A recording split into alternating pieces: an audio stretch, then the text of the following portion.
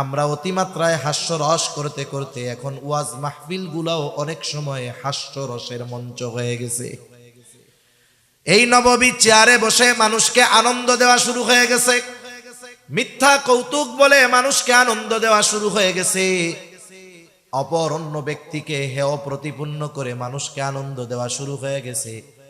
এই জন্য এই ধরনের মাহফিল গুলা থেকে আমাদের চোখের পানি ছেড়ে আল্লাহর কাছে তওবা করে বাড়ি ফিরে যাওয়ার কথা ছিল।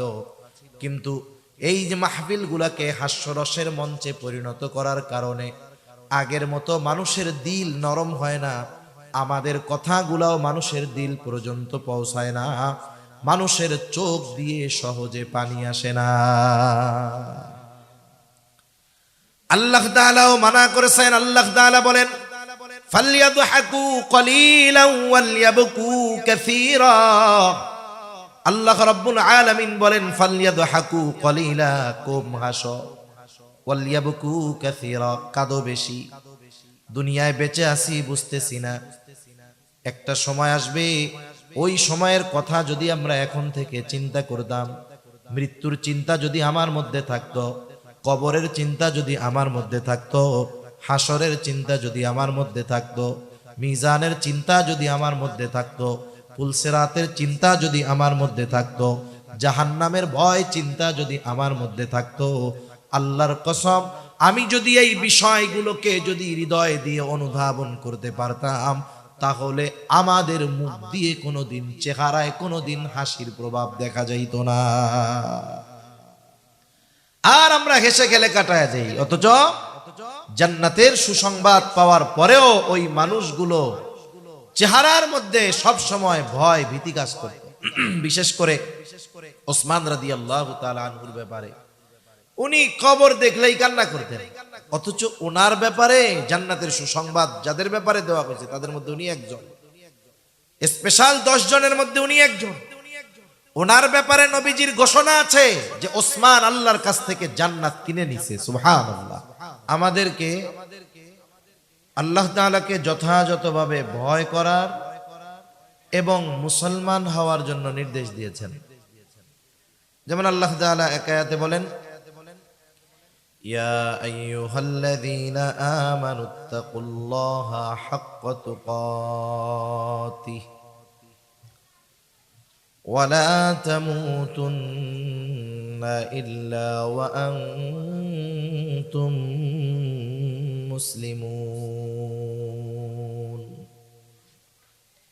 আল্লাহ তাআলা বলেন, হে ঈমানদারেরা, তোমরা আল্লাহকে যথাযথভাবে ভয় করো, ওয়ালা তামুতুন্না ইল্লা ওয়া আনতুম মুসলিমুন, আর তোমরা মুসলমান না হয়ে মৃত্যুবরণ করো না। মুসলমান না হয়ে মৃত্যুবরণ করো না, এই আদেশ আল্লাহ তাআলা দিবেন কাদের? বলে ঈমানদারদের। আমরা সবাই ঈমানদার না? আমাদেরকে নির্দেশ দিছে যে মুসলমান না হয়ে তোমরা মরো না। তার মানে আল্লাহ তাআলা কোরআনুল কারীমের আরেক জায়গায় বলেন, ইয়া আইয়ুহাল্লাযীনা আমানু দুখুলু ফিস-সিলমি কাফফা ওয়ালা তাত্তাবিউ খুতুওয়াতিশ শাইতান ইন্নাহু লাকুম আদুউম মুবিন। আল্লাহ তাআলা বলেন, হে ঈমানদারেরা, উদখুলু ফিস-সিলমি কাফফা, তোমরা পরিপূর্ণভাবে ইসলামের মধ্যে দাখিল হয়ে যাও। সাথে সাথে আল্লাহ তাআলা বললেন, ওয়ালা তাত্তাবিউ খুতুওয়াতিশ শাইতান, তোমরা শয়তানের পদাঙ্ক অনুসরণ করো না, সে তোমাদের কিন্তু প্রকাশ্য দুশমন। কয়েকটা কথা বুজুর্গানে দ্বীনের কথা নকল কইরাই বলি। তাহলে আল্লাহ তাআলা ঈমানদারদেরকে পরিপূর্ণ ইসলাম মানতে বলেছেন। তার মানে ইসলাম শুধু নামাজ, রোজা, হজ, যাকাত এতটুকুর মধ্যে সীমাবদ্ধ নয়। ইসলাম গোটা জীবনের প্রতিটা শ্বাসে প্রশ্বাসে পদক্ষেপে পদক্ষেপে প্রয়োজন। ঠিক কিনা বলেন? ইসলাম হলো আল্লাহ তাআলার পক্ষ থেকে এমন এক মনোনীত দিন, এমন এক মনোনীত জীবন ব্যবস্থা, এই গোটা হায়াতের এমন কিছু বাদ নাই যে ওই ব্যাপারে ইসলাম আমাদের নির্দেশনা দেয় নাই। যদি কেউ বলে ওই জায়গায় ইসলাম নাই, তাহলে সে ভুলের মধ্যে আছে। কেউ যদি বলে ইসলামে রাজনীতি নাই, ভুলের মধ্যে আছে। কেউ যদি বলে ইসলামে অর্থনীতি নাই, ভুলের মধ্যে আছে। পৌরনীতি নাই, সমাজনীতি নাই, কেউ যদি এই ধরনের কথা বলে, নিঃসন্দেহে সে বড় ভুলের মধ্যে আছে। ঠিক কিনা বলে? জাগতিক কাজগুলো কোন পদ্ধতিতে করতে হবে সেটাও ইসলামে আছে। আরে রাতে কেমনে ঘুমোতে হবে ইসলামে আছে না নাই? নবীজি বলছে রাতে ঘুমানোর সময় বাতি বন্ধ করে ঘুমাবা। রাত্রে ঘুমানোর সময় লাইট বন্ধ করে বা বাতি বন্ধ করে ঘুমানোর কথা ইসলামে আছে। যখন কেউ ঘুমোতে যাবে বিছানা ঝাড়ু দিয়ে ঘুমানোর কথা ইসলামে আছে না নাই? নবী বলতেছেন লুঙ্গি দিয়া হইলেও বিছানাটা ঝাড়া দিয়া ঘুমাবা। এখন বলেন, যেই ইসলাম আমাকে লাইট বন্ধ করে ঘুমানোর কথা বলে, যেই ইসলাম আমাকে বিছানা ঝাড়ু দিয়ে ঘুমানোর কথা বলে, যেই ইসলাম আমার জরুরত সারার পদ্ধতি আমাকে বলে দেয়, সেই ইসলামে এই দুনিয়ার কোন জিনিস থাকবে না? ঠিক কিনা বলেন? একদিন এক মজলিসে সব কথা আলোচনা করা সম্ভব নয়, আর এতটা সময়ও আমাদের হাতে থাকে না বা নাই, অথবা বলাও সম্ভব নয়। অল্প কিছু কথা, কয়েকটা কথা বলার লক্ষ্যে আয়াত দুইটার সাথে দুইটা হাদিস পাঠ করেছি। এক নম্বর বিষয়, তাকওয়ার ব্যাপারে ইমানদারকে আল্লাহ তাআলা তাকওয়া অর্জন করতে বলেছে, খোদা ভীরুতা অর্জন করতে বলেছে। বুজুর্গানে দ্বীনের ভাষায় তাকওয়া হলো আল্লাহ তাআলার নিষিদ্ধ বিষয় থেকে বেঁচে থাকা, আর যেগুলো আদেশ করছে এগুলো করা। যে করবে সেই মুত্তাকি। ঈমান আনার মাধ্যমে একটা মানুষ তাকওয়ার প্রথম দরজায় প্রবেশ করে, কারণ যার ঈমান নাই তার হারাম থেকে বাইসে থাইকা কোনো লাভ নাই। যে বেঈমান সে যদি নামাজ পড়ে তার কোনো লাভ আছে? জোরে বলেন, লাভ আছে? যে বেঈমান সে যদি সুদ না খায় হালালি খায়, কোনো লাভ আছে? হয়তো জাগতিক কিছু লাভ হতে পারে, কিন্তু মূল পরলৌকিক কোনো লাভ তার নাই। এজন্য গুনাহমুক্ত জিন্দেগি ঈমান আনার পরে যদি গঠন করা যায়, মানে পরিপূর্ণ তাকওয়া যদি ঈমান আনার পরে অর্জন করা যায়, তাহলে ওই ব্যক্তির দুনিয়ারও লাভ, আখিরাতেরও লাভ। সুবহানাল্লাহ। তাকওয়ার আরেক অর্থ ভয় করা, বিরত থাকা। তার মানে আল্লাহ তাআলার ভয়ে পাপাচার অনাচার থেকে বিরত থাকা, এটাই তাকওয়া। এতটুকু মনে রাখলে যথেষ্ট। রাসূল আকরাম সাল্লাল্লাহু আলাইহি ওয়াসাল্লাম তাকওয়ার ব্যাপারে সাহাবা একরামকে উদ্বুদ্ধ করেছেন। নবী যখন কোনো খুতবা দিতেন, সাহাবা একরামের সামনে যখন বয়ান করতেন, জুমার দিন যখন খুতবা দিতেন, প্রত্যেক খুতবার শুরুতে আল্লাহ রাসূল সাল্লাল্লাহু আলাইহি ওয়াসাল্লাম তাকওয়ার কথা বলতেন। ইয়া আইয়ুহাল্লাযীনা আমানুত্তাকুল্লাহ হাক্কা তুকাতিহি ওয়া লা তামুতুন্না ইল্লা ওয়া আনতুম মুসলিমুন। ইয়া আইয়ুহাল্লাযীনা আমানুত্তাকুল্লাহ ওয়াল তানজুর নাফসুম মা কদ্দামাত লিগাদিন ওয়াত্তাকুল্লাহ। তার মানে নবীজি যখন সাহাবা একরামকে ওয়াজ করতেন তখনই তাকওয়ার কথা বলতেন। এমন কোন ওয়াজ নাই যেই ওয়াজে নবীজি তাকওয়ার কথা বলেন নাই। সুবহানাল্লাহ বলেন না। অথচ বাস্তব জীবনে আমাদের মধ্যে তাকওয়া নাই বললেই চলে। যে হাদিস দ্বয় আপনাদের খেদমতে পাঠ করেছি, হাদিসের মধ্যে আল্লাহর রাসূল সাল্লাল্লাহু আলাইহি ওয়াসাল্লাম বলেন, ইত্তাকিল্লাহা হাইসুমা কুনতা। হযরত আবু যর রাদিয়াল্লাহু তাআলা আনহু নবীজির সাথে ছিলেন। আবু যর রাদিয়াল্লাহু তাআলা আনহু নবীজির সাথে একা। তিনি বলতেছেন, ক্বালা লি রাসূলুল্লাহ সাল্লাল্লাহু আলাইহি ওয়াসাল্লাম। নবীজি সাল্লাল্লাহু আলাইহি ওয়াসাল্লাম আমাকে বলেছেন, ইয়া আবা যর, হে আবু যর, ইত্তাকিল্লাহা হাইসুমা কুনতা। আবু যর, তুমি যেখানেই থাকো না কেন আল্লাহ তাআলাকে ভয় করবা। দুই নাম্বার ওয়াতবিইস সাইয়্যাতাল হাসানাতা তামহুহা, তোমার দ্বারা যদি কখনো মন্দ কাজ হয়ে যায়, পাপ কাজ হয়ে যায়, সাথে সাথে পাপ কাজের বিপরীতে তুমি ভালো কাজ করবা, কি হবে? আল্লাহ তাআলা বলেন ইন্নাল হাসানাতি ইউযহিবুনাস সাইয়্যাত, ভালো কাজ মন্দ কাজকে মিটায় দেয়।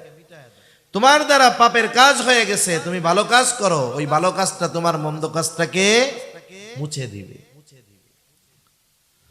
ওয়া খালিকিন নাসা বিখুলুকিন হাসানিন, আবু যর তুমি মানুষের সাথে সদাচরণ করো, ভালো ব্যবহার করো।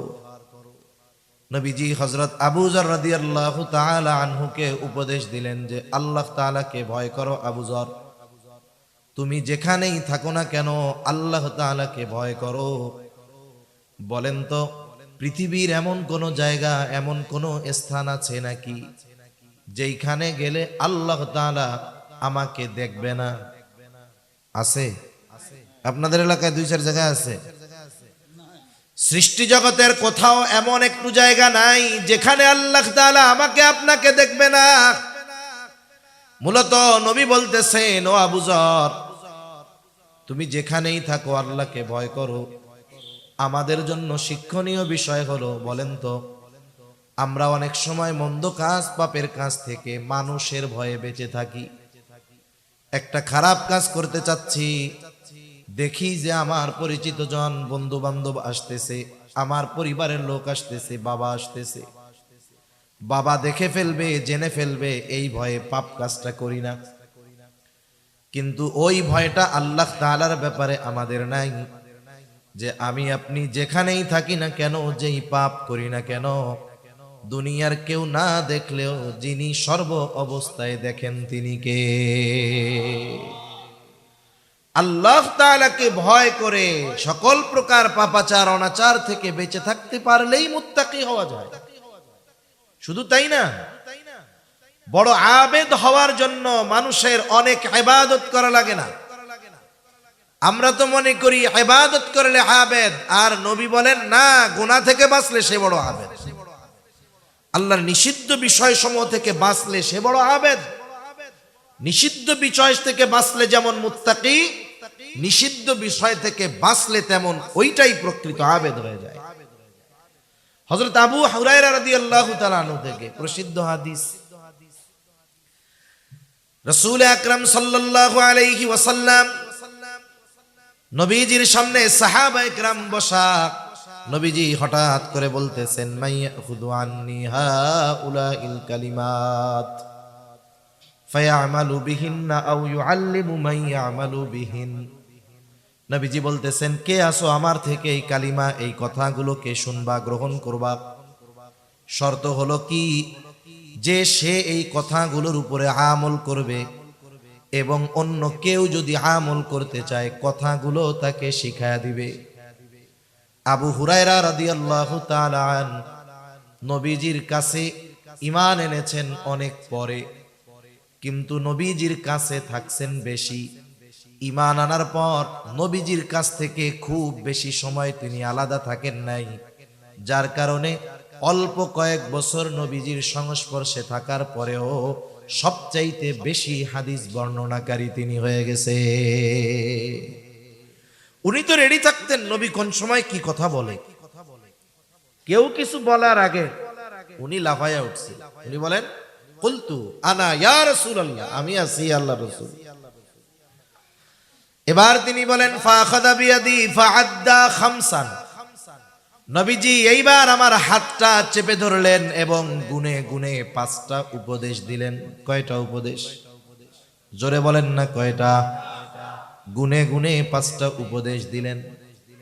অনেক সময় দেখবেন আপনি আর আপনার বন্ধু পাশাপাশি পথ চলতেছেন, বন্ধুও সামনে তাকানো, আপনিও সামনে তাকানো, আপনার নজরে অথবা আপনার চিন্তায় গুরুত্বপূর্ণ একটা কথা আসছে অথবা গুরুত্বপূর্ণ একটা বিষয় আপনি দেখছেন। ওই সময় আপনি আপনার বন্ধুকে শুধু মুখ দিয়ে বলেন না যে বন্ধু এটা দেখো, বরং হাতটা চাইবা ধরে এরকম নড়াচড়া দিয়া বলেন, বন্ধু দেখো দেখো, বলেন না এরকম? হাতটা কেন ধরলেন? তার মানে আপনি তার সর্বোচ্চ মনোযোগ আকর্ষণ করতে চান, এই জন্য মুখ দিয়ে বলার সাথে সাথে হাতটা চেপে ধরেন। অনুরূপভাবে আবু হুরায়রার হাত নবীজি চেপে ধরেছেন, যেন আবু হুরায়রা নবীজির এই কথাগুলো সর্বোচ্চ গুরুত্ব সহকারে খেয়াল দিয়া শুনে। এমনিই তো সাহাবায়ে কেরাম নবীর কথা গুরুত্ব দিয়ে শুনে, নবী বুঝাচ্ছেন যে কথাগুলো কিন্তু অতি ইম্পর্টেন্ট। এইবার গুইনা গুইনা 5টা নসিহত করেছেন, 5টা উপদেশ দিয়েছেন। 1 নাম্বার উপদেশ, নবীজি বলেন, ইত্তাকিল মাহারিমা তাকুন আবাদান নাস। কে চায় না এই পৃথিবীতে ইমানদার সবচাইতে বেশি, সবচাইতে বড় আবেদ হতে? কে না চায়? আমরা তো মনে করি যেই ব্যক্তি শুধু 5 ওয়াক্ত ফরজ সালাত, ফরজ নামাজ নয়, সাথে সাথে তাহাজ্জুদ, আওয়াবিন, ইশরাক সহ অন্যান্য সব নফল ইবাদত করে, আমরা বলি লোকটা বড় আবেদ। কিন্তু নবীজি আবু হুরায়রা রাদিয়াল্লাহু তাআলা আনহুকে বলেন, আবু হুরায়রা, তুমি নিষিদ্ধ বিষয়গুলো ছেড়ে দাও, আল্লাহ তাআলা যেইগুলো মানা করেছেন সেইগুলো থেকে বিরত থাকো, ওই ব্যাপারগুলো থেকে বেঁচে থাকো, তাহলে কি হবে? বলে, তাকুন আবাদান নাস, তুমি মানুষের মধ্যে সবচাইতে বড় আবেদ হয়ে যাবা। ইত্তাকিল মাহারিম, নিষিদ্ধ বিষয় থেকে বিরত থাকো। তাকওয়ার থেকে কথা শব্দটা আসছে। তাকওয়া শব্দের এক অর্থ বিরত থাকা। কিসের থেকে? বলে পাপের থেকে, আল্লাহ যা মানা করছে তার থেকে। এখন বলেন তো, একজন আল্লাহ তাআলার নিষিদ্ধ বিষয় থেকে বেঁচে থাকে না, সে যত বেশি ইবাদত করুক না কেন, নিজেকে নিজে আবেদ ভাবতে পারে, কিন্তু আল্লাহ তাআলার তালিকায় ওই ব্যক্তি আবেদ হতে পারে নাই। সেজন্য আমাদের সকল প্রকার নিষিদ্ধ পাপাচার, আল্লাহ তাআলা যা নিষিদ্ধ করেছেন তা থেকে বেঁচে থাকতে হবে। আমল কম হোক, যদি আমি গুনার থেকে বেঁচে থাকতে পারি, ওইগুলোই আমার কাজে লাগবে। হাদিসের মধ্যেও রাসূলুল্লাহ সাল্লাল্লাহু আলাইহি ওয়াসাল্লাম আরো জানায় দিয়েছেন যে আল্লাহ তাআলার কাছে অল্প আমল হলেও সেটা কবুল হয়ে যায় যদি ইখলাস ঠিক থাকে। হযরত ইখলাসের ব্যাপারেও হয়তো কিছু কথা বলেছিলেন। নবীজিও বলেন, আখলিস দীনাকা ইয়াকফিকাল আমালুল কলিল, তোমার নিয়ত খাঁটি করো, অল্প আমল নাজাতের জন্য যথেষ্ট হয়ে যাবে। কেউ এ কথা বলতে পারবে না নবীজিও কখনো বেশি ইবাদতের কথা বলছে, আল্লাহ বেশি ইবাদতের কথা বলছে, কেউ বলতে পারবে না। বরং আল্লাহ তাআলা তো কোরআনে সুন্দর ইবাদতের কথা বলছে। আল্লাহ তাআলা বলেন, আল্লাযী খালাকাল মাউতা ওয়াল হায়াতা লিয়াবলুয়াকুম আইয়ুকুম আহসানু আমালা। আল্লাহ তাআলা বলেন, তিনি মৃত্যু এবং জীবনকে সৃষ্টি করেছেন কেন? বলে লিয়াবলুয়াকুম, তোমাদের পরীক্ষা করার জন্য। জিজ্ঞাসা যদি করা হয় আল্লাহ কি পরীক্ষা? বলে আইয়ুকুম আহসানু আমালা, পরীক্ষাটা হলো তোমাদের মধ্যে কার আমল কত সুন্দর। আল্লাহ বলেন নাই যে আইয়ুকুম আকসারু আমালা, যে তোমাদের মধ্যে কে কত বেশি আমল করে। তার মানে আল্লাহ তাআলা সুন্দর আমল চান। এখন যেই ব্যক্তি ভালো কাজও করে, ইবাদত করে, গুনাহও করে, সে আবেদ হইতে পারে নাই। ভালো কাজও করে, পাপও করে, এই পাপ করার কারণে তার ভালো কাজের সৌন্দর্যটা নষ্ট হয়ে যায়। মনে করেন একবারে ধবধবা সাদা একটা জামা, ওই জামার মধ্যে 2-3টা কালা দাগ মেরে দিলে কেমন লাগবে? জামার সৌন্দর্য পুরো শেষ। এই জন্য পাপ ইবাদতের সৌন্দর্যকে নষ্ট করে দেয়।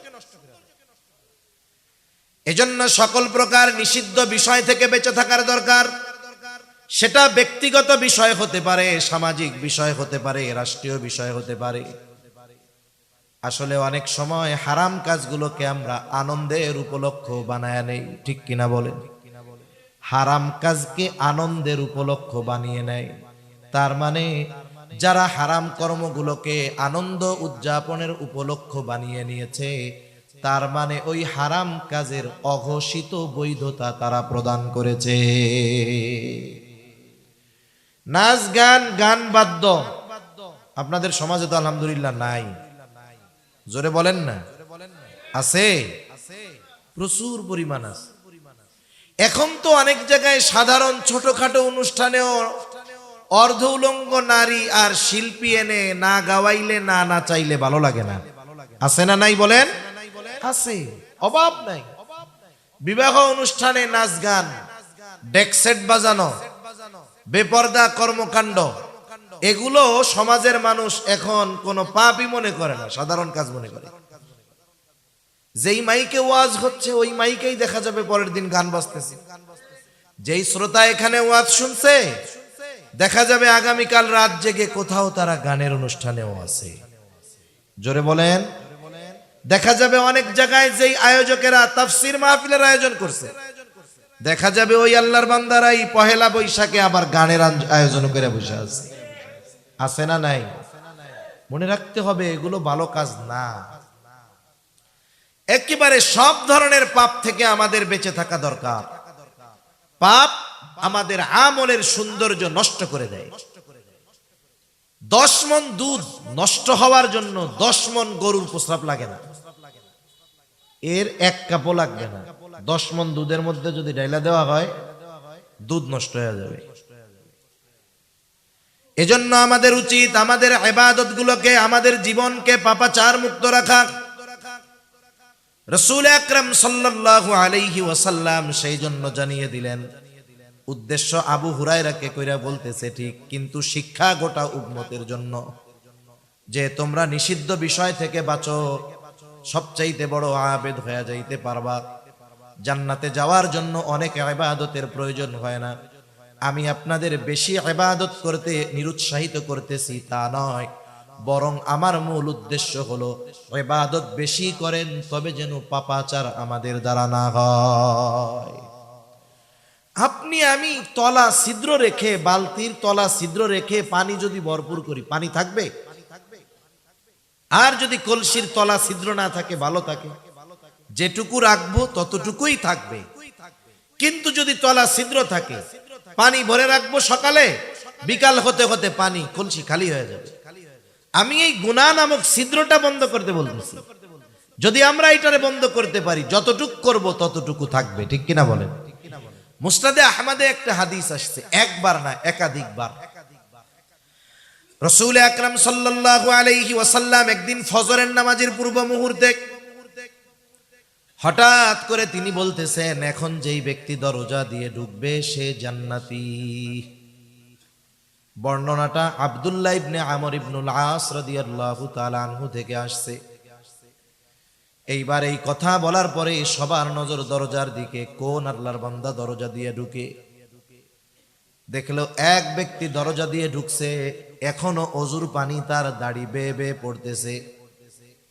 আর এক বর্ণনার দ্বারা মোটামুটি বোঝা যায় যে ওই ব্যক্তি ছিলেন হযরত সাদ রাদিয়াল্লাহু তাআলা।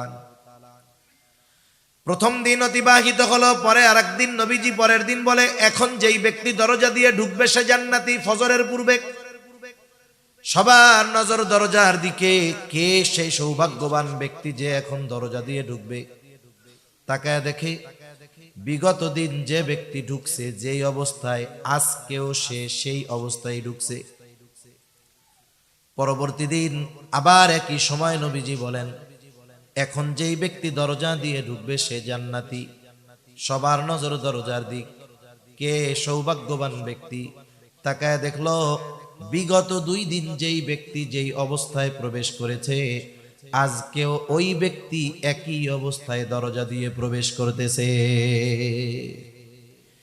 এক ব্যক্তির ব্যাপারে নবীজি পরপর 3 দিন জান্নাতের সংবাদ দিয়েছেন। সেই বেটা যে জান্নাতি, এই খবর নবী মুখ দিয়া বলার আগে আরশে আজিমের মালিকের সিগন্যাল ছিল কি ছিল না? তার মানে সে জান্নাতি, কোনো সন্দেহ নেই। হাদিস বর্ণনাকারী বলেন, যখন পরপর 3 দিন এই ঘোষণা তার ব্যাপারে, আমি চিন্তা করলাম কি এমন স্পেশাল আমল ওই ব্যক্তি করে যার জন্য নবীজি তার ব্যাপারে এমন ঘোষণা দিলেন। এইবার উনি গিয়া হযরত সাদ রাদিয়াল্লাহু তাআলা আনহুকে বলে, ভাই আমি 3টা দিন 3টা রাত তোমার বাড়িতে মেহমান হতে চাই, রাতের মেহমান, দিনের বেলা থাকবো না। এশার নামাজের পরে তোমার বাড়িতে অতিবাহিত করব, ফজর পর্যন্ত খাবারও ব্যবস্থা করা লাগবে না। এইবার পরের দিন এশার নামাজের পরে 2 জন চলে গেছে। আমাদের গ্রাম অঞ্চলে এক সময় ছিল প্রত্যেক বাড়িতে ভেতরের ঘরের সাথে সাথে একটা ঘর থাকতো, কাছারি ঘর কইতো আর কি, আপনাদের কি বলে জানি না, কাছারি ঘর, কাছারি না। মেহমান টেহমান আসলে ভেতর বাড়িতে আর যাওয়া লাগতো না, ওই কাছারি ঘরের পাশেই বাথরুম, মেহমান আসবে চলে যাবে। আগের মানুষ সহজ সরল ছিল, তারা এত স্টাইলিশ বোরকা পরতো না, কিন্তু অরিজিনাল পর্দানিশীন তারা ছিল, ঠিক কিনা বলেন। ভেতরে ঢুকতে পারতো না, ওই কাছারি ঘরে থাকতে দিছে, থাকেন আপনি ঘুমান। উনি কি ঘুমাইতে গেছে নাকি? উনি তো দেখতে গেছে রাতে কি ইবাদত করে। খেয়াল করলো হযরতে সাদ ঘরে ঢুকছেন, একটু পরে বাতি নিভায়া দিয়া ঘুমায় পড়ছে, ঘুমায় গেছে, শুয়ে পড়েছে, ঘুমায় গেছেন। আর উনি সারা রাত জেগে জেগে পাহারা দিচ্ছেন কখন উঠে আর কি আমল করে, অপেক্ষা করতেছি। রাত অতিবাহিত হয়ে ফজরের আজানের আওয়াজ কানে চলে আসলো, কোনো খবর নাই। আজানের পরে দেখে আল্লাহর বান্দা ঘুম থেকে উঠছে চোখ ডলতে ডলতে। এইবার জরুরত সেরে ওযু করে সব হাজত সেরে মসজিদের দিকে রওনা হয়ে গেছে। চিন্তা করে সারা রাত তো ঘুমাইলো, কোনো ইবাদত দেখলাম না। পরের দিন আবার সারা রাত জাগনা, দেখে বাতি নিভাইয়া ঘুমায় গেছে, আর কোনো খবর নাই। উঠছে গিয়া একবারে ফজরের ওয়াক্তর পরে, ফজরের আজান দেওয়ার পরে। দ্বিতীয় দিনে কি অবস্থা, চিন্তা করে কি ব্যাপার। স্পেশাল আমল গুলা তো যারা আহলুল্লাহ বুজুর্গানে দিন রাতের আধারে নীরবে নিভৃতে তারা তাদের গোপন আমল গুলা করে, কইরে 2 দিন হয়ে গেল দেখি শুধু ঘুমায়। চিন্তা করে কোন ব্যক্তি যদি ধারাবাহিক আমল করে, ইচ্ছাকৃতভাবে পর পর 3 দিন সে আমল বাদ দিতে পারে না। সম্ভবত জাকারিয়া রহমাতুল্লাহি আলাইহির ব্যাপারে পড়ছিলাম বেশ আগে, সম্ভবত যতদূর আমার মনে পড়তেছে, এটা আবৃত্তির মধ্যে। উনি দৈনিক কিছু সময় লিখতেন, নাম ভুল হইতে পারে, কিন্তু মূল উদ্দেশ্য যেটা সেটা বলতেছে। দৈনিক একটা নির্দিষ্ট সময় উনি লিখতেন। ওনার লেখা কিতাব প্রায় 100-র কাছাকাছি। এত বড় একজন শাইখুল হাদিস, কত খেদমত করছে, এরপরে এতগুলা লেখছে। ওনারা যা লেখা গেছে তা আমাদের হায়াতে পড়া সম্ভব না। লিখছেন, উনি লিখতেছেন। সম্ভবত হুসাইন আহমদ মাদানী রহমাতুল্লাহি আলাইহি ওই টাইমটাতে ওনার বাসায় আসছে। এখন লেখার সময় অন্যান্য সবার ক্ষেত্রে উনি একরকম ছিলেন, আব্দুল কাদের রায়পুরি রহমাতুল্লাহি আলাইহি আর হুসাইন আহমদ মাদানী রহমাতুল্লাহি আলাইহির ব্যাপারে ওনার নিজাম আর একরকম ছিল। যত কাজ থাক, ব্যস্ততা থাক, এই 2 আল্লাহর বান্দা আসলে উনি ওনার সবকিছু বাদ দিয়ে ওনাদের খেদমতে যাইতেন। হুসাইন আহমদ মাদানী রহমাতুল্লাহি আলাইহি বুঝতে পারছে ওনার মধ্যে কোনো অস্বস্তি কাজ করতেছে, জিজ্ঞাসা করছে কি অবস্থা, কি হয়েছে। তখন উনি বলছেন যে দৈনিক এই সময় আমি কিছু লেখি, এখন এই সময়টা পার হচ্ছে, আমার লেখা হইতেছে না, আমার মধ্যে অস্থিরতা কাজ করতেছে। উনি লেখার স্থানে গিয়ে বসে 2-1 কলম লিখে আসছেন, এই পর্যন্ত ওনার অস্থিরতা দূর হয় নাই। সুবহানাল্লাহ। তাহলে যেই ব্যক্তি ধারাবাহিক আমল করে, পর পর 3 দিন তার আমল বাদ যাবে, এটা তো হইতে পারে না। তাইলে মনে হয় তৃতীয় রাত্রে আমার কাঙ্ক্ষিত যেই উদ্দেশ্য সেটা সফল হবে। তৃতীয় দিন আবার এশার নামাজের পরে তিনি দেখলেন ঘুমায় গেছে, আর তিনি সারা রাত অপেক্ষা করতেছেন, এই বুঝি উঠে, এই বুঝি আমলটা দেখি। সারা রাত পার হয়ে গেল, ফজরের আজানের পরে ঘুম থেকে উঠলেন। 3 দিন দেখলেন এশার নামাজের পরে ঘুমায়, ফজরের আজান দিলে ঘুম থেকে উঠে, স্পেশাল কোনো আমল পাইলাম না। এইবার আর উৎসুক মনকে তিনি থামায় রাখতে পারলেন না, যে বলতেছে ভাই তোমার বাড়িতে 3টা রাত অবস্থান করার কারণ এমনটা নয় যে আমার বাড়িতে বিছানা টিছানা কিচ্ছু নেই, বরং তোমার বাড়িতে 3 রাত অবস্থান করার কারণ এর আগে পরপর 3 দিন ফজরের নামাজের পূর্বে নবীজি হঠাৎ ঘোষণা করেছেন যেই ব্যক্তি এখন দরজা দিয়ে ঢুকবে সে জান্নাতি। আমরা সবাই নজর দিয়ে তাকায় আছি কোন ব্যক্তি ঢুকে। নবীজির এই ঘোষণার পর পরপর 3 দিন যেই ব্যক্তি দরজা দিয়ে প্রবেশ করেছে তুমি হলা সেই ব্যক্তি। নবী তোমার ব্যাপারে বলেছে তুমি জান্নাতি, কোনো সন্দেহ নাই। কি দেখতে আইছিলাম কি আমল করো রাত জায়গা, তা কিছুই তো দেখলাম না। এইবার হযরত সাদ রাদিয়াল্লাহু তাআলা আনহু বলেন, নবীজি যদি আমার ব্যাপারে এমন ঘোষণা দিয়ে থাকেন তো আলহামদুলিল্লাহ, তবে তুমি যেই আশায় রাত্র যাপন করেছো এমন কোনো কিছু আমার নাই। তবে একটা জিনিস, আমি তো অন্যান্য যেগুলো করণীয় সেগুলো অবশ্যই করি, বর্জনীয় বিষয়গুলো থেকে বেঁচে থাকি।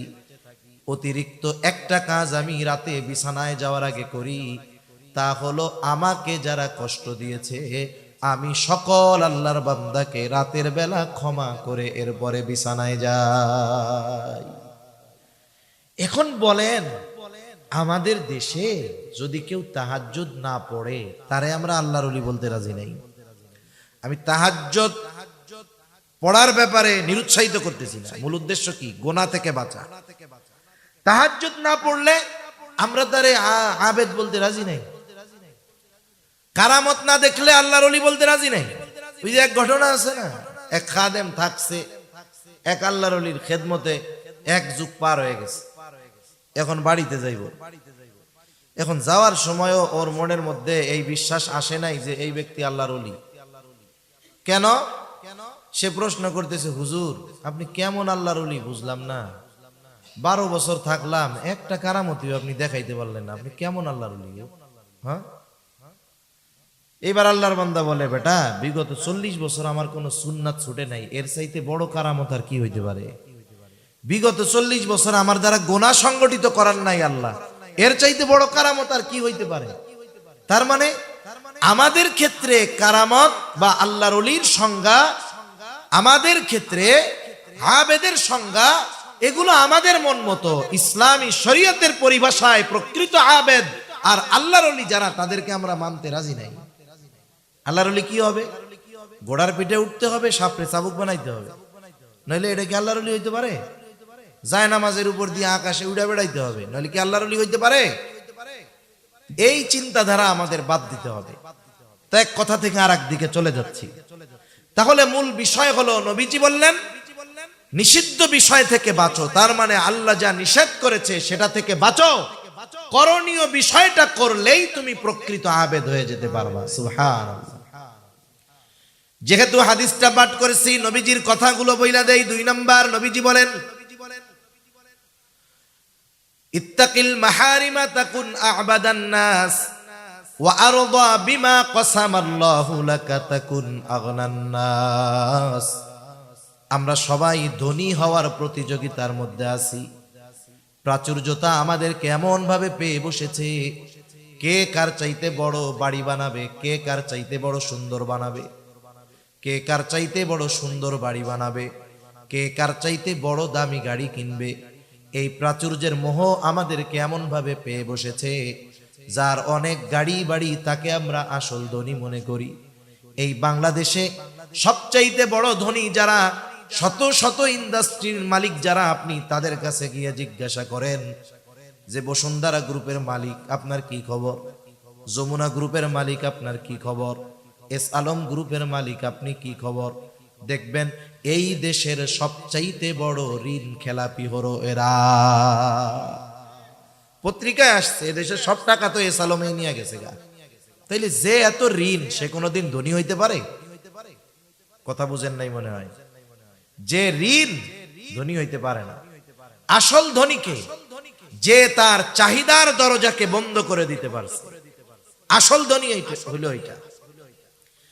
এই জন্য নবীজি সাল্লাল্লাহু আলাইহি ওয়াসাল্লাম বলেন ওয়া আরদা বিমা কাসামাল্লাহু লাক, আল্লাহ তাআলা তোমার জন্য যা নির্ধারিত করেছেন, যতটুকু তোমার জন্য নির্ধারিত করেছেন, অতটুকুর উপরেই তুমি সন্তুষ্ট থাকো, কি হবে? নবীজি বলেন তাকুন আগনান নাস, মানুষের মধ্যে সবচাইতে বড় ধনী হয়ে যাবা। আর প্রকৃতপক্ষে ধনীর সংজ্ঞা হলো যে স্বল্পে তুষ্টতা অর্জন করতে পারে।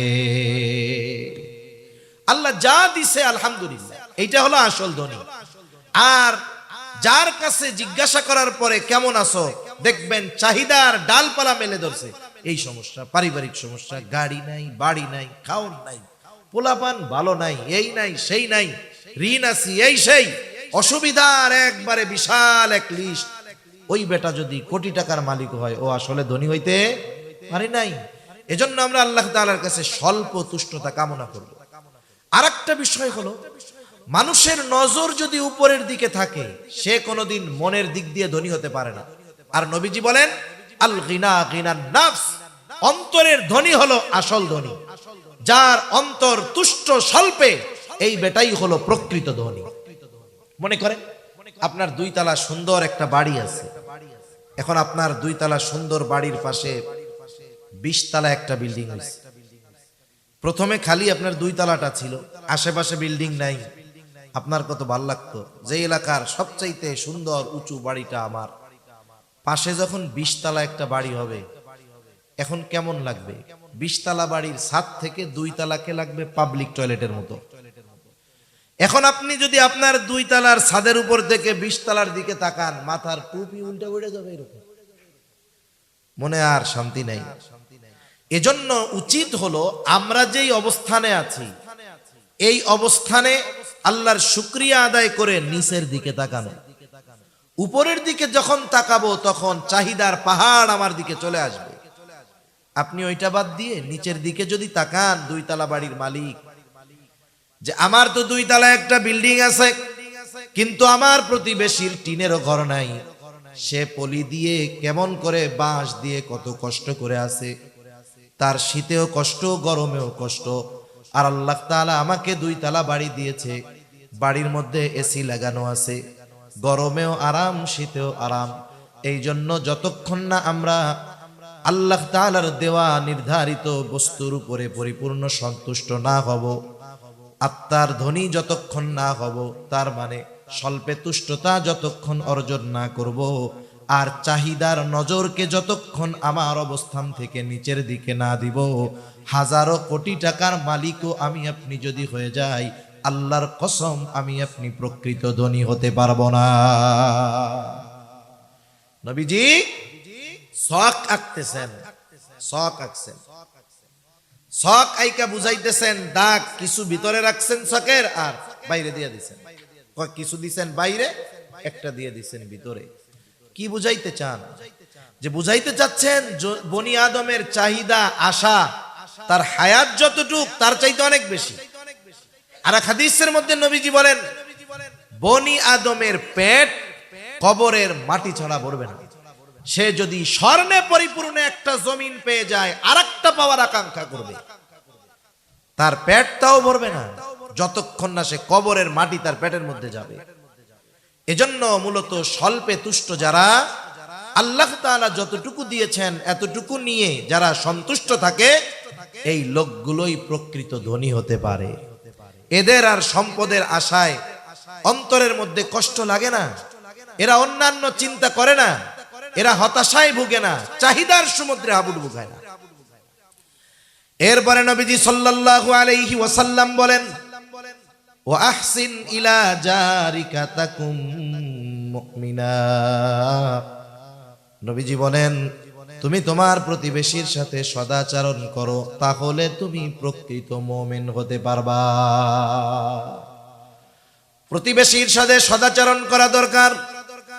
আর রাসূল সাল্লাল্লাহু আলাইহি ওয়াসাল্লাম প্রতিবেশীর হকের ব্যাপারে বলেন, জিবরাইল আলাইহিস সালাম আমাকে প্রতিবেশীর হকের ব্যাপারে এত গুরুত্ব দিয়েছেন, এক সময় আমি তো মনে করেছিলাম প্রতিবেশীকে হয়তো ওয়ারিশ বানিয়ে দেওয়া হবে।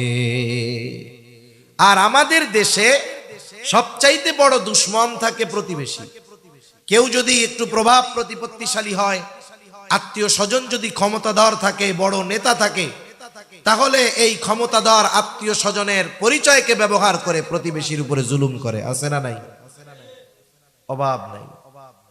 মনে করেন আপনার বাড়িতে আগুন লাগছে, আপনার আত্মীয় স্বজন বড় অফিসার সব ঢাকা রাজধানীতে, বলেন তো যতই পাওয়ার থাক ওইখান থেকে মোবাইলে ফু দিলে আগুন নিভে যাবে? আগুন নিভাতে আগে আসবে কে? প্রতিবেশী। অথচ এর সাথেই আপনার খারাপ সম্পর্ক। গভীর রাতে আপনি টাকা পয়সাওয়ালা মালিক, আপনার বাড়ির পাশে একজন টমটম চালায়, আপনার বাবা স্ট্রোক করছে, কি করবেন?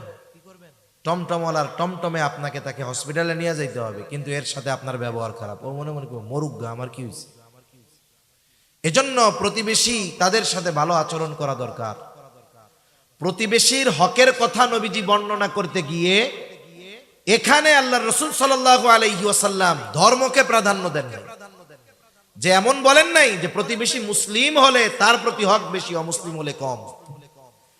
আয়েশা সিদ্দিকা রাদিয়াল্লাহু তাআলা আনহা নবীজিকে জিজ্ঞাসা করতেছে, আমার প্রতিবেশী একজন মুসলিম আর একজন অমুসলিম, ইয়া রাসূলুল্লাহ, এই দুইজনের মধ্যে প্রতিবেশী হিসাবে আমার কাছে বেশি হক প্রাপ্য কে?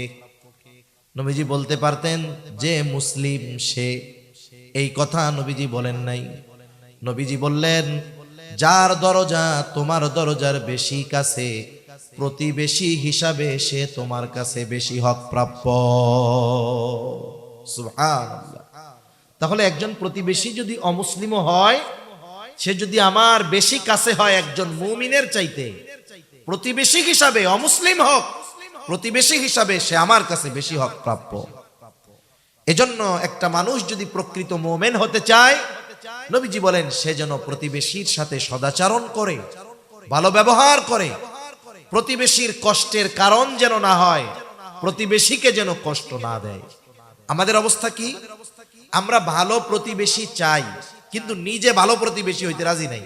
আমি চাই যে আমার প্রতিবেশীর মাধ্যমে আমি যেন কষ্ট না পাই, কিন্তু আমি নিজে আমার প্রতিবেশীকে কষ্ট দিতে থাকি। এটা হলে হবে না। একটু সহনশীল হতে হবে।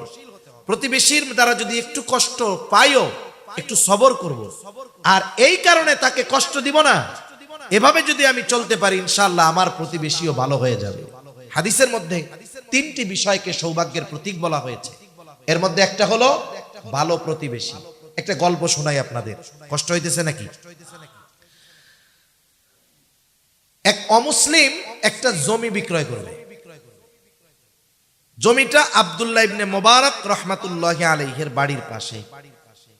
স্বাভাবিকভাবে আপনাদের এলাকায় কোন জায়গার কোন জমির বাজার দর কত আপনাদের কম বেশি জানা আছে না? যে এই রাস্তার পাশে এই এলাকায় জমির দাম কত শতাংশ জানা আছে। এখন 2 লাখ টাকা যদি শতক হয়, কথার কথা, ওই জমি কেউ যদি 4 লাখ টাকা চায়া বসে, তারে পাগল বলবেন না আপনারা? এই মিয়া, বাজার দরের চাইতে একটু বেশি চাইতে পারো, 1 লাখের জায়গায় 1,10,000 চাইতে পারো, 2 লাখ টাকা দাম হয় কেমনে? দ্বিগুণ দাম কেমনে হয়? এখন ওই অমুসলিম ব্যক্তি আব্দুল্লাহ ইবনে মুবারকের বাড়ির পাশের জমি বিক্রয় করবে, দাম যা তার দ্বিগুণ দাম হাঁকায়া দিছে। মানুষেরা তার জমি দেখতে আসে আর তাকে সবাই তিরস্কার করতে থাকে, এই মিয়া, বাজার দরের দ্বিগুণ দামে কেন জমি বিক্রয় করতে চাও? অন্যান্য মানুষের জমিতে মাটি, তোমার জমিতে মনে হয় স্বর্ণ। এইভাবে মানুষ তাকে তিরস্কার করতেছে। এইবার ওই অমুসলিম বলে, শোনো, এই জমির গুণাগুণ যদি তোমরা জানতা, তাহলে দ্বিগুণ দাম নয় 5 গুণ দাম দিয়ে কিনতে তোমরা পিছু হটতা না। কেন রে? বলে, তুমি তো এইখানে জমি কিনলে শুধু জমির মালিক হবা না, জগৎ বিখ্যাত মুহাদ্দিস আব্দুল্লাহ ইবনে মুবারকের প্রতিবেশী হতে পারবা। এর চাইতে সৌভাগ্যের আর কি হতে পারে? আমি আব্দুল্লাহ ইবনে মুবারকের ছোট্ট একটা জীবনী রেসালা পড়তেছিলাম ওনাকে নিয়ে। ওই বইটার মধ্যে এই ঘটনাটা আসছে। যখন এই লোকটা শুধু এই কথা বলেছে, টাকা দিয়ে শুধু তুমি জমির মালিক হবা এমনটা নয়, তুমি তো আব্দুল্লাহ ইবনে মুবারকের প্রতিবেশী হয়ে যেতে পারবা। দ্বিগুণ দাম দিয়ে ওই জমি কেনার জন্য মানুষে হুড়োহুড়ি শুরু করে দিয়েছে। তাহলে ভালো প্রতিবেশী এটা আমাদের জন্য নেয়ামত। এজন্য আমরা আগে ভালো প্রতিবেশী হব, বলেন ইনশাআল্লাহ। 4 নাম্বার নবীজি বলেন ওয়া আহিব্বা লিন্নাস মা তুহিব্বু লিনাফসিক, মানুষের জন্য তুমি সেটাই পছন্দ করবা যেটা নিজের জন্য পছন্দ করো। অনুরূপভাবে মানুষের জন্য ওই বিষয়টা অপছন্দ করবা নিজের জন্য যেটা তুমি অপছন্দ করো। কিন্তু এই ক্ষেত্রেও আমাদের সবকিছু উল্টা। আমরা মানুষের ক্ষেত্রে যেটা অপছন্দ করি সেটা দিয়ে দেই, আবার এমন কি আল্লাহর ঘরে গিয়াও আমি যেটা অপছন্দ করি সেটা করি। দুই এক জায়গায় আমি এরকম গল্পটা এমনি বলছি বোঝানোর জন্য। এক লোকের একটা ছেঁড়া টাকার নোট 100 টাকা, এমন ছেঁড়া চলেই না, দোকানদার নেয় না, ভিক্ষুকরে দিছে হেতেও নেয় না। চিন্তা করে সালামু কই, মনে মনে কয় জুমার দিন মসজিদের দান বাক্স তুমি পালাবা কোন জায়গায়, বুঝেন নাই? দান বাক্সের মধ্যে 100 টাকা দিয়া 90 টাকা নিয়ে নিছে। দান করছে কত? চালায়া দিছে কি টাকা? জোরে বলেন না, কি টাকা? ছেঁড়া টাকা। এজন্য শহরে অনেক মসজিদে খালি অভিযোগ যে আল্লাহর রাস্তে না দেন না দেন অসুবিধা নাই, ছিড়া তেনা টাকা দিয়েন না। এই যে দেখেন, ওই টাকাটা আমি নিজে চালাইতে পারতেছি না, কিন্তু আল্লাহর ঘরে চালাই দিছি। আবার আমাদের শহর অঞ্চলে দেখি আমরা অনেকে যাকাত দেন। যাকাত ইসলামপুরের বড় বড় কাপড়ের ব্যবসায়ীর দোকানে বড় করে লেখা থাকে এখানে যাকাতের কাপড়, যাকাতের লুঙ্গি, যাকাতের শাড়ি পাওয়া যায়। যাকাতের লুঙ্গি, যাকাতের শাড়ি পাওয়া যায়, এটা ওদের বানানো একটা নাম। তার মানে সবচাইতে নিম্ন মানের লুঙ্গি আর কাপড় আমার দোকানে পাওয়া যায়, এটার দ্বারাই কথা আর কি। এখন অমুক সাহেব 300 লুঙ্গি কিনছে, যাকাতের লুঙ্গি, 300 শাড়ি কিনছে, দান করবে। বলেন তো, ওই সাহেবরে যদি ওই রকম লুঙ্গিটা পরতে বলা হয়, ওই সাহেবের ওয়াইফকে যদি ওই যাকাতের শাড়ি থেকে একটা পরতে বলা হয়, সাহেব পরবে? জোরে বলেন, পরবে? তাহলে উনি ওইটা নিজের জন্য অপছন্দ করে, কিন্তু আরেকজনকে কেমনে দেয়? এজন্য যেটা আমি নিজের জন্য পছন্দ করি মানুষের জন্য সেটা পছন্দ করব। নিজের জন্য যেটা আমি আপনি অপছন্দ করি সেটা মানুষের জন্য অপছন্দ করব। এই গুণ যদি আমার আপনার মধ্যে আসে, নবীজি বলে তাকুন মুসলিমা, তাহলে কি হবে? তুমি মুসলমান হয়ে যাবে। সুবহানাল্লাহ।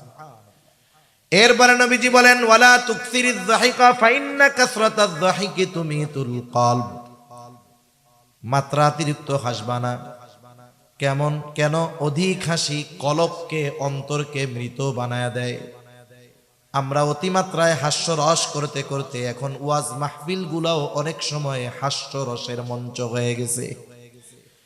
এই নববী চেয়ারে বসে মানুষকে আনন্দ দেওয়া শুরু হয়ে গেছে, মিথ্যা কৌতুক বলে মানুষকে আনন্দ দেওয়া শুরু হয়ে গেছে, অপর অন্য ব্যক্তিকে হেয় প্রতিপন্ন করে মানুষকে আনন্দ দেওয়া শুরু হয়ে গেছে।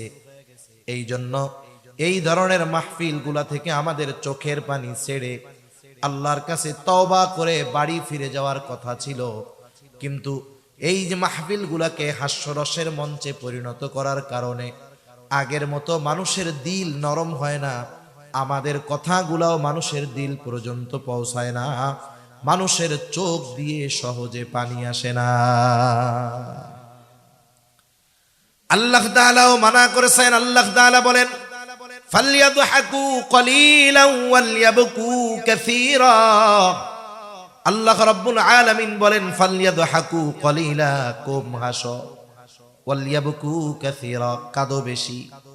দুনিয়ায় বেঁচে আছি বুঝতেছি না, একটা সময় আসবে ওই সময়ের কথা যদি আমরা এখন থেকে চিন্তা করতাম, মৃত্যুর চিন্তা যদি আমার মধ্যে থাকতো, কবরের চিন্তা যদি আমার মধ্যে থাকতো, হাসরের চিন্তা যদি আমার মধ্যে থাকতো, মিজানের চিন্তা যদি আমার মধ্যে থাকতো, পুলসিরাতের চিন্তা যদি আমার মধ্যে থাকতো, জাহান্নামের ভয় চিন্তা যদি আমার মধ্যে থাকতো, আল্লাহর কসম আমি যদি এই বিষয়গুলোকে যদি হৃদয় দিয়ে অনুধাবন করতে পারতাম, তাহলে আমাদের মুখ দিয়ে কোনোদিন, চেহারায় কোনোদিন হাসির প্রভাব দেখা যাইত না, আর আমরা হেসে খেলে কাটায় যাই। অথচ জান্নাতের সুসংবাদ পাওয়ার পরেও ওই মানুষগুলো চেহারার মধ্যে সব সময় ভয় ভীতি কাজ করত। বিশেষ করে ওসমান রাদিয়াল্লাহু তাআলা আনহুর ব্যাপারে উনি কবর দেখলেই কান্না করতেন, অথচ ওনার ব্যাপারে জান্নাতের সুসংবাদ যাদের ব্যাপারে দেওয়া হয়েছে তাদের মধ্যে উনি একজন, স্পেশাল 10 জনের মধ্যে উনি একজন। ওনার ব্যাপারে নবীজির ঘোষণা আছে যে ওসমান আল্লাহর কাছ থেকে জান্নাত কিনে নিছে। সুবহানাল্লাহ। যখন সাহাবায়ে কেরাম মক্কা থেকে মদিনায় গেছে হিজরত করে, সব কুয়ায় তো আর মিষ্টি পানি উঠে না, লবণাক্ত পানি পান করার অনুপযুক্ত একটা কুয়া আছে মিষ্টি সুপেয় পানি। মালিক মুসলমানদেরকে ভালো মতো পানি দেয় না, কষ্ট দেয়। অসুস্থ হয়ে গেছে মুসলমানেরা, পানি পান করতে পারতেছে না। নবীজির কাছে অভিযোগ দেওয়া হলো, ইয়া রাসূলুল্লাহ সাল্লাল্লাহু আলাইহি ওয়াসাল্লাম, আমরা তো পানি পান করতে পারতেছি না, অসুস্থ হয়ে গেছে অনেকে। নবীজি ঘোষণা করলেন, তোমাদের মধ্যে কে আছো থেকে এই কূপটা ক্রয় করে মুসলমানদের পানির সমস্যা দূর করে দিবা। সবাই তো ফজিলত হাসিল করতে চায়, এখানেও এই খবর গেছে যে নবীজি এই ঘোষণা দিছে। চিন্তা করছে ভালোই ব্যবসার একটা লাইন। এই ঘোষণা যখন দিয়েছে, যে কূপ কেনার জন্য যায় এর চাইতে বহুগুণ বেশি দাম হাঁকায় বসে থাকে, কেউ কিনতে পারতেছে না। আবার নবী বলছে, সাহাবায়ে কেরাম যাইতেছে আরো খালি দাম বাড়াইছে, কেউ কিনতে পারে না, ওইরকম টাকা কারো কাছে নাই। ওসমান রাদিয়াল্লাহু তাআলা আনহু আসছেন, ওনার কাছে খবর গেছে যে নবীজি এই কথা বলছে। চলে গেছেন, গিয়া বলে, কত চাও তুমি কূপের দাম বলো। মূল দামের চাইতে বহু গুণ বাড়ায়া কূপের দাম চেয়েছে। ওসমান তো গনি, আল্লাহ তাআলা সম্পদ দিয়েছে অনেক, তারপরে আর কোনো কথা নয়, যেই পরিমাণ অর্থ চেয়েছে সেই পরিমাণ অর্থ পরিশোধ করে কূপটা নিজে কিনে নিয়েছে। সাথে সাথে কূপ ব্যবহার করার জন্য উন্মুক্ত করে দিল। নবীজির কাছে খবর গেছে, ইয়া রাসূলুল্লাহ, মুসলমানদের পানির কষ্ট দূর হয়ে গেছে। কেমনে? বলে, আপনার জামাতা উসমান এত দাম দিয়া কাছ থেকে কূপ ক্রয় করে মুসলমান সহ মানুষের জন্য উন্মুক্ত করে দিয়েছে। নবীজি তখন বলতেছে, শোনো, উসমান কাছ থেকে কূপ কিনে নাই, বরং উসমান আল্লাহ তাআলার কাছ থেকে জান্নাত কিনে নিয়েছে। এই ধরনের মানুষগুলাও কবরের কথা চিন্তা করে কান্না করতেন, কিন্তু আমাদের অবস্থা কি? আমাদের কান্নার খবর নেই। এজন্য হাসতে হাসতে আমাদের দিল শেষ। আবার হাসির বিষয় যদি আসে, হাসতেও তো হবে সুন্নাত তরিকায়। হ হ করে অট্ট হাসি হাসা যাবে না। তাবাসসুমান, নবীজি হাসতেন, মুচকি হাসি, এটা নবীজির সুন্নাত। তাহলে এই হাদিস থেকে শিখলাম কি? পাপ ছাড়বো, তাইলে আবেদ হওয়া যাবে। যা আছে তাতে সন্তুষ্ট থাকলে ধনী হওয়া যাবে। প্রতিবেশীর সদাচরণের মাধ্যমে প্রকৃত মুমিন হওয়া যাবে। নিজের পছন্দ যদি অন্যের জন্য পছন্দ করি, তাহলে প্রকৃত মুসলমান হওয়া যাবে। আর যদি হাসি কমিয়ে কান্না বাড়াতে পারি, মৃত কলব জিন্দা হয়ে যাবে। এবার আসেন শেষ কথার দিকে যাই। আরেকটা হাদিস বলতেছিলাম, নবীজি বলেন, ইত্তাকিল্লাহ